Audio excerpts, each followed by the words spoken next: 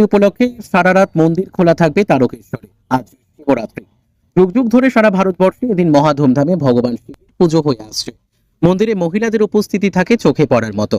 পৌরাণিক বিশ্বাস অনুসারে ভগবান শিব এবং মাতা পার্বতীর বিবাহ হয়েছিল, তাই এই দিনটিকে শিব এবং শক্তির মিলন হিসেবেও পালিত হয়।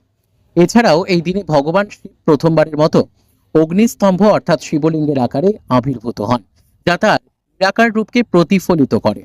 ধর্মীয় বিশ্বাস অনুসারে মহাশিবরাত্রির দিনে যে সকল মানুষ উপবাস করে তারা ভগবান শিব এবং মাতা পার্বতীর আশীর্বাদ লাভ করে এবং তার সমস্ত ইচ্ছা পূরণ হয়।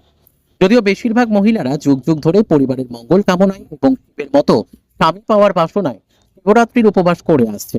আর এই শিবরাত্রি মানে হাজার হাজার ভক্তের সমাগম শৈবতীর্থ তারকেশ্বরে। তিথি অনুসারে এবছর শিবরাত্রির তিথি পড়েছে রবিবার বিকেল 4:49 শুরু হয়ে যা শেষ হবে পরের দিন অর্থাৎ সোমবার বিকেল 5:33।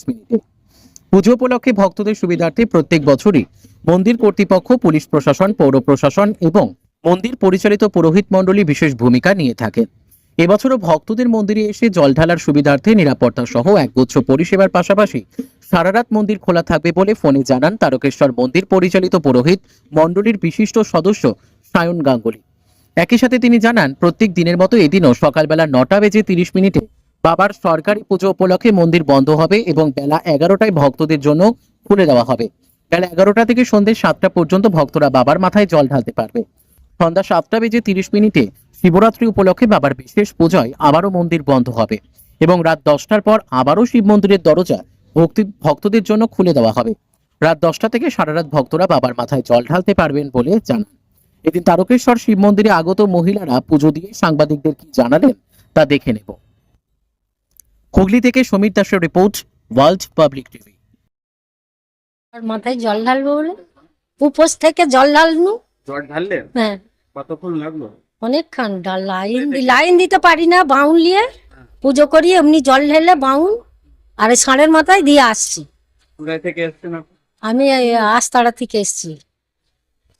কি নাম আপনার? বিল্ল সামন্ত। পুজো দিলে? হ্যাঁ দিলাম। আশা নিয়ে আসা হয়েছিল শিবরাত্রি? আশা নিয়ে আসলে যে শিবের মাথায় জল ঢালবো, ঢালতেও পেরেছি। হ্যাঁ হ্যাঁ হ্যাঁ পেরেছি। দাঁড়াতে হয়েছিল? হ্যাঁ দাঁড়াতে হয়েছিল, ওই বেশিক্ষণ নয়, 15-20 মিনিট। কোথায় থেকে এসেছেন?